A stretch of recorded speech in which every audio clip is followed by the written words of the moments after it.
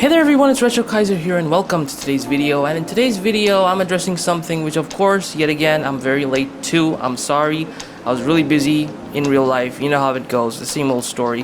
But anyway, here we are and I've finally got the time to sit in front of my computer and edit something. But anyway, aside from that, today I'm going to be talking about how I became a Mustang main for about a month to find out how good is the Mustang after the update.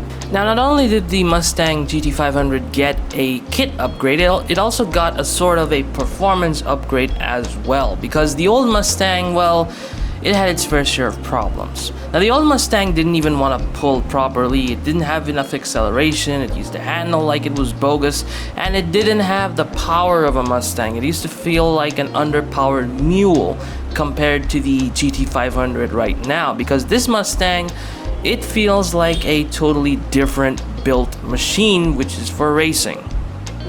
Now, I did all sorts of performance tests with this vehicle. I went to C1, of course, I did the Tokyo runs, and I did a bit of Toge, and I'd say the results are rather more interesting as compared to the old Mustang, because before the update, the Mustang was frowned upon. A lot of people were disappointed that it doesn't have enough power, but lo and behold, it finally has the power and it has the looks as well.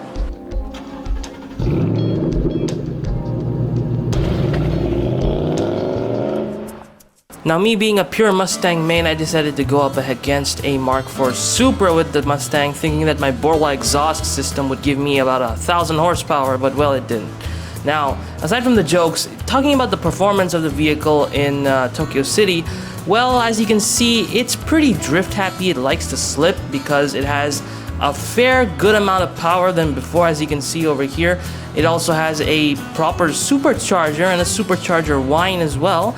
And, you know, honestly speaking, the Mustang performed good, okay? In my eyes, it performed good. But the problem is, there is a huge lack in the department of handling and braking with this vehicle, because it does not want to stop and it does not want to move left or right that much, because it will drift, it will wheel spin, it will fishtail, and the brakes on this thing are, well, let's just say, if you are an old player of MRT, I hope you guys remember how horrible the brakes were with the Di Tommaso Pantera before the 1.2 update. I'd say that same scenario has been set with the Mustang over here, because it has awesome speed. After the update, it has the ability with that nice little supercharger to reach 200 on its own power, way more faster than before, but it comes with that cost of braking and handling, because in the department of handling, it can be improved if you tune up the springs and if you give it some nice weight reduction, because this car feels really heavy in those corners, and even when you drive it in general, it just feels really heavy. And the other factor in the braking department is that you're gonna have to rely a whole lot on engine braking and early braking if you want to use this as your main car in city events and on Toge, because I'm not gonna put the Toge video here because I just crashed every corner, I died, and well, it was horrible on the Toge, I'd say that much. Do not take a stock Mustang to the Toge, I'd say that much, and I'd also advise to not, you know, drive a untuned Mustang in Tokyo City if you're a beginner. But anyway, here's the time that I finished with, and I got beat by a Mark IV Supra, so just forget about going up against tier 4s with a stock Mustang.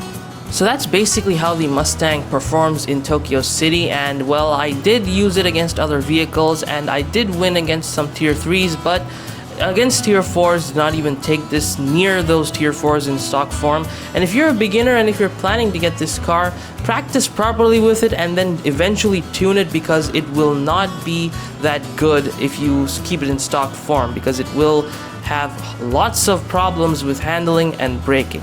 Now, if I were to give this a rating out of 10 in terms of performance in Tokyo City, I'd give this a 4.5 out of 10, because, you know, obvious stuff, it's heavy and it has problems with its handling and brakes. Okay, so here we are at C1, and I also tested the Mustang out here extensively, and this is honestly where the Mustang feels a bit at home and it feels a bit good on C1 as compared to the other maps.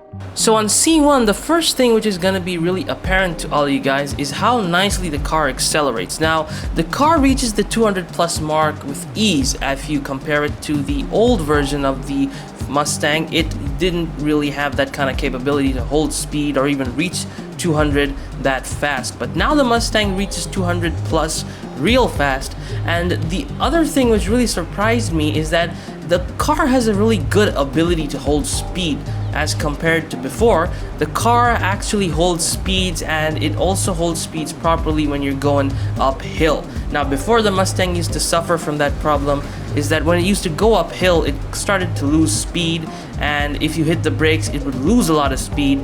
But over here, in terms of high speed stuff, the Mustang is performing pretty well. Now, I did go up against other vehicles such as the R33, R32, R34, the Supra, and I also went up against a few tier 4s, the GTR, the Acura, and also the Supra. But once again, it just does not have enough firepower to deal with the tier 4s in stock form. Now, I'm saying this time and again that if you upgrade the car, if you tune it properly, it can become a very powerful car. It can become a good handler, it can become even more better in terms of acceleration, and of course handling, it will become even more accurate. Because in stock form, even on C1, somewhere or the other, even in high speed, the car feels a bit sluggish in terms of handling, because once again, it's real tailspin happy and it loves to kick the rear out in almost every situation. But under high speed, the car just feels a bit numb in certain areas, in certain places. As you can see right here, the tail kind of wanted to go out, but during that time it was feeling a bit numb. Now, if you want accurate handling and stuff like that, you're gonna obviously have to tune the car up. Now, even on C1, the car still has that problem of braking. Now, for instant braking, you'll have to rely once again on the engine braking, then the brakes, because if you're going up on a tight corner, you really need to slow the heck down with this thing, otherwise you're gonna go straight into the guardrail. Now, the stock Mustang manages to keep a constant 348 on clockwise, and it will go down to 339 if you push really hard with a rolling start. But aside from that, that is where the time kind of stops, and it just doesn't want to go less than 339 when pushed really hard. Now, the conclusion that I managed to reach after using only the Mustang as my main car for about a month is that it's a pretty good car as compared to its previous version that we had. It performs way better, it's a lot more faster, it has better acceleration, but it has a really big issue with its handling and brakes in stock form. Now, of course, once again, I'm gonna really stress this matter.